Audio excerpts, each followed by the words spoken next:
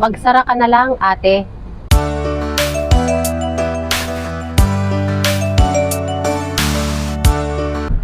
Hello mga kasari, magandang umaga po sa ating lahat. Have a good day everyone. So for today's video mga kasari, meron po tayong napakagandang inspirational video for today. Para po ito sa mga baguhan or para na rin sa mga datihan na para hindi sabihan ng ganito ng isang customer. Kasi may isang customer na bumili sa akin dito kagabi, kaya naisip ko na magandang topic itong i-share sa inyo mga kasari. Kasi ito ay galing po sa isang customer na baguhan na bumili dito sa akin at yun po ang sinabi niya. Sinabihan daw niya ang naunang tindahan na pinuntahan niya at lagi niyang pinagbibilhan ng kanyang mga pangailangan araw-araw. Lagi daw sinasabi kapag hinahanap niya ang item, lagi daw sinasabi, wala akong stocks. O diba? Maganda bang pakinggan na sabihan ka ng customer, back na sabihan sa'yo, magsarado ka na lang ate. So napakasamang word or napakasamang dating ito sa ating mga tendera, sa ating mga sari-sari store owner, nasabihan tayo na magsara ka na lang ate. Parang nakaka-offend, di ba? So para hindi tayo ma-offend at hindi tayo pagsabihan ng ating customer ng mga ganong bagay na very negative ang dating sa ating tindahan. And very negative also ang dating sa iba naman nating mga customer.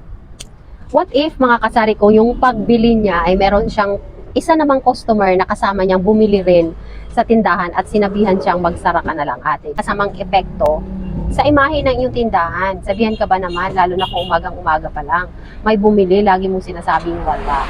Ayan, para hindi ito magre-reflect sa ating tindahan, image ng ating tindahan mga kasari. Lagi ko pong sinasabi sa inyo na lagi pong mag-update ng ating mga paninda.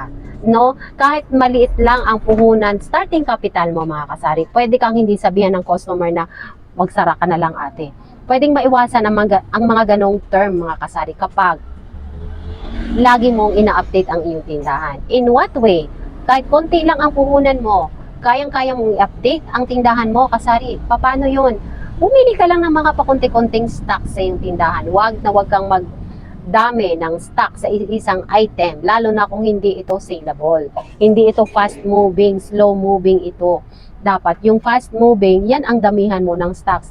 Let's say 5, kasi yun lang ang kaya ng budget ng tindahan mo. 5, yung mga slow moving, pwede kang maglagay lang ng 2, mag-stocks lang ng 2. Basta siguraduhin mo, lalo na kung meron kang tinatawag na regular customer na laging pumupunta sa tindahan mo at lagi mong sinasabihan ng wala kang stocks. Naiinis daw siya. Sabi niya sa akin kagabi, nakakainis yung tindahan na yan. Ayun, galing sa isang customer.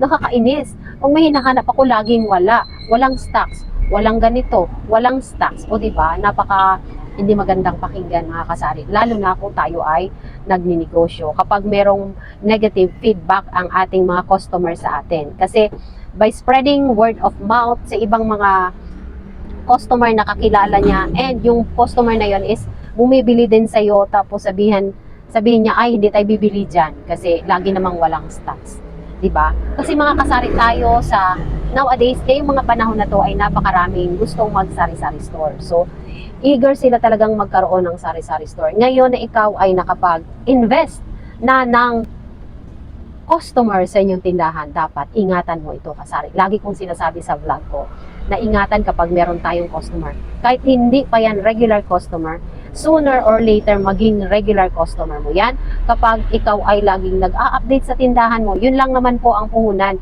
na isang sari-sari store. Laging nag-a-update ng mga paninda, especially yung mga fast-moving items na laging binibili sa ating tindahan, mga kasari.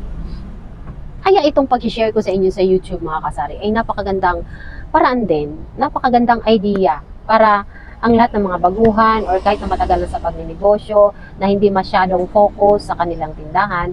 Like me kasi itong tindahan ko ay lagi kong sinasabi, it's our bread and butter. Kailangan lagi ka akong updated sa mga kung ano man yung mga paninda ko na laging pinupuntahan ng aking mga suki. Ayan.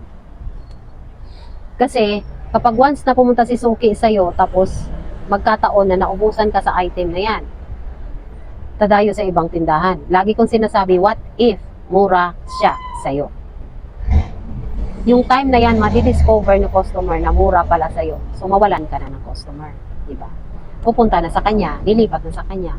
Like sinabi ko sa inyo yung tungkol sa aking Nestea iced tea na lemon. Doon siya sa kabila bumibili, nagkataon na pabayaan niya, nawalan siya ng stock. Siyempre, kailangan ni customer pumunta dito sa akin. And na-find out niya na mas mura ako ng piso. So, anong nangyari? Dito na tuloy siya lumipat sa akin. So, nadagdagan ang aking regular customer. So, ganun mga kasari nyo.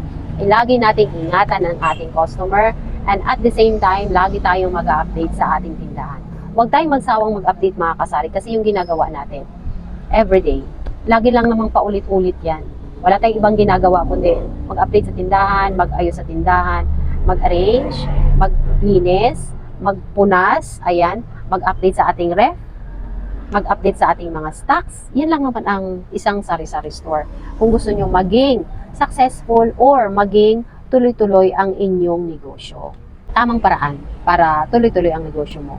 Hindi ka masabihan ng ibang customer, magsara ka na lang ate.